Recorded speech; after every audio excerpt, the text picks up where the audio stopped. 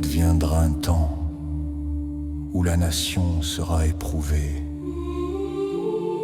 Les foyers manqueront de pain, les rues connaîtront la peur, et les cœurs seront fatigués par les promesses sans lendemain. Les puissants parleront de prospérité, mais le peuple comptera les jours, et les enfants connaîtront la faim.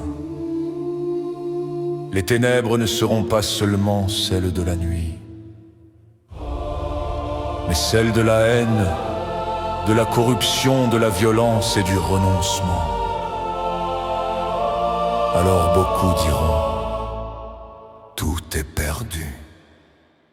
Mais au milieu de l'obscurité, des voix se lèveront, la vérité longtemps cachée remontera à la surface. Les témoins parleront, les écrits oubliés réapparaîtront, les images feront tomber les masques. Deux chemins s'ouvriront devant la nation. L'un promettra la puissance, l'autre choisira le service. Beaucoup seront séduits par les paroles,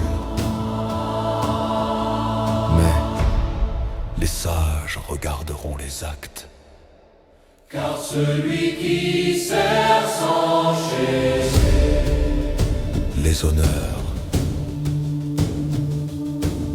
sera reconnu non par les affiches, mais par les vies qu'il aura relevées. Alors le peuple ouvrira les yeux. Il comprendra que sa véritable force ne réside ni dans la colère, ni dans les armes, mais dans son unité, sa conscience retrouvée et son courage de dire non à ce qui l'a servi. Une grande vague se lèvera.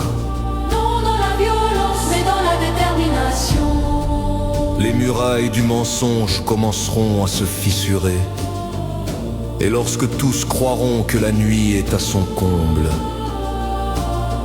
une lumière paraîtra. Domine Deus Noster.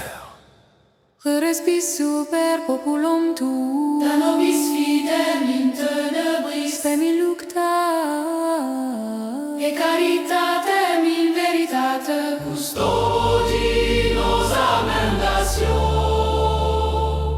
a superia e la divisione.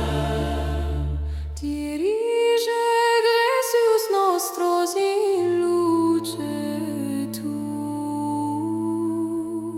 Amen. Car ce ne sera peut-être pas un homme qui sauvera la nation, mais un peuple retrouvant la foi, l'espérance, la justice et l'amour de la vérité.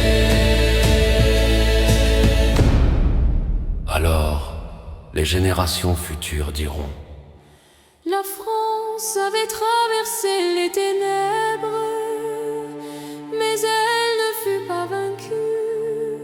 Elle se releva lorsque son peuple retrouva son cœur. Que celui qui a des yeux voie, que celui qui a des oreilles entende, et que celui qui aime la vérité marche dans la lumière.